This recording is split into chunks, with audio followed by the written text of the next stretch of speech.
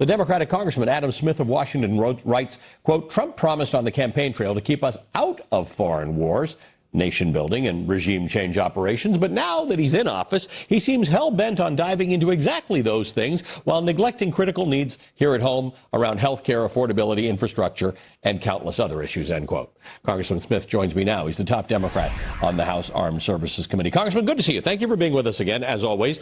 I think this is a key point you write about. There are lots of valid reasons to really not like Nicolas Maduro or think he should have been the head of Venezuela. There are lots of really good reasons to not like the Grand Ayatollah Ali Khamenei and the regime in Iran. But somewhere between that and fixing the problem lies a plan when you're America. And that part just seems to just never show up. Yeah, well, there's two big parts to this. One is sort of if we could walk into sort of the sensible world where we're analyzing, difficult questions of policy, whether foreign or domestic for that matter. There's a good discussion there. And then there's the insanity, the unique insanity of Donald Trump.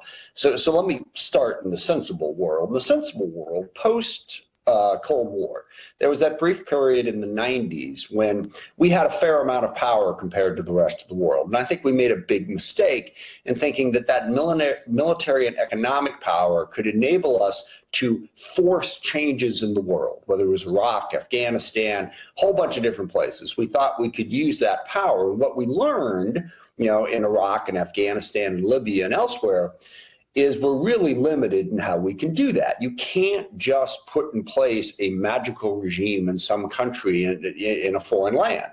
It doesn't work. We learned that lesson, and Trump claimed to have learned that lesson. He was attacking those things. But now that he's in office, he's doing it all over the place, blowing things up without any idea of what comes next. I was never a huge fan of Colin Powell's, pottery barn rule. If you break it, you own it. It's more accurate to say if you break it, you live with the consequences. Trump's forgotten that. Now he's forgotten that because he is, I always think to quote George Costanza talking to George Steinbrenner, all for the glorification of his massive ego. He wants to think that he can force change everywhere in the world. We are going to pay a high price for that ego. Yeah, and look, Iran, it is hard. It's just a complicated issue. And this is what I think Donald Trump struggles with, including the part where he said he could end the war between Ukraine and Russia in one day, and his efforts to deal with Israel and Gaza quickly. These are just super hard issues. If they were solvable, many of them would have been solved a long time ago. I do worry because Iran is a powerful country with 92 million people in it, needs to be handled the right way. And we actually have some examples of what the right way is. I just don't know what this administration has in mind. Yeah, well, that's the other part of the problem, of course, is Trump lies. He doesn't live in the fact-based universe. Even when you were citing he's ended 8.25 wars, that's just a complete lie. One of them, he claims, was the brief conflict between India and Pakistan that he had nothing to do with ending. Yes. In fact, we've now damaged severely our relationship with India because of the conflict between him and Prime Minister Modi on that. But the Pakistanis nominated him for the Nobel Prize, so he thinks he's all over that one.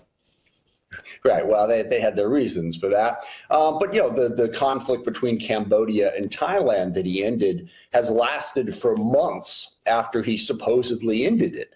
Same with the conflict in the Eastern Democratic Republic of the Congo with Rwanda. Trump thinks he can just say stuff and that makes it so. Yes. So it's not even true. But on Iran, I think we really have a very difficult situation. The world would be a better place if there was a better government in Iran. Just like the world would be a better place if there was a better government in Afghanistan than the Taliban. But that doesn't mean that we, with our military might, can force that to happen. And we can actually make the situation worse, which is what clearly happened in Libya, just to give one example. Yes. I think that's right. The world will be a better place with different governments in some of these places. And we have other ways, by the way, through soft power and economics to deal with some of that stuff. The one thing you can't make an argument about is that the world is going to be a better place with a different government of Greenland. Maybe the Greenlanders think so, but that's got nothing to do with us. Yes, no. Well, and also to your point on Iran, partners and allies are so crucial, and being able to reshape these areas. You need people in the country. I mean, I think Venezuela is a good example of that. We get a better government in Venezuela, but we're going to need friends and partners in the region. A couple decades ago, we worked with Colombia to go after the cocaine trade and the various narco-terrorist groups that were operating down there. We partnered with somebody, and Trump is systematically blowing up all of those partnerships. No place is he doing that more ridiculously than around Greenland. There are national security interests in Greenland. Those national security interests are 100% met by the current governance structure. Denmark is one of our strongest allies. Whatever we want to do in Greenland, we can do, but he's going to blow up that whole alliance because he wants to be able to force Greenland into our control. It's his ego. To your point, we have a thing called NATO. Greenland is part of Denmark, which is part of NATO. Our European allies have never turned away American help in keeping their country secure. Yeah, Trump just wants it on the map. I mean, I literally think it comes down to that. If you look at a map, Greenland is huge. It's enormous. If it was suddenly part of the United States, we would geographically be a much larger country. It would be prettier. It'd be like having the Gulf of America instead of the Gulf of Mexico. And that appeals to Trump's, belligerent authoritarian way of looking at the world. But it's going to really cause problems. Now he's going to place tariffs. He's going to ramp up his tariff war, which is already harming our economy. Manufacturing jobs are dropping to their lowest levels ever. Prices for food are going through the ceiling because of Trump's tariff wars. And now he wants to ramp that up to increase the tariffs, damage our economy more, and also shatter the most successful military alliance in the history of the world, NATO. Well, I'm going to give you an opportunity to correct yourself because Donald Trump says prices of food are going down. Right. Well, remember that whole he doesn't tell the truth part. Because, the war in Ukraine apparently ended, how long has it been since 24 hours after you get it? It ended on January 22nd of last year. We must be missing something.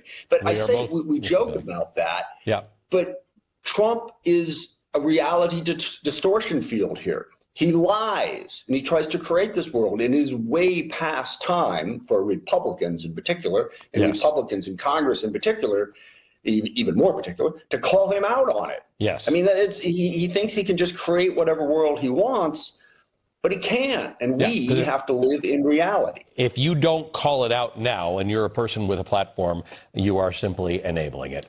Congressman, thank you for being with us. The Democratic Congressman Adam Smith of Washington.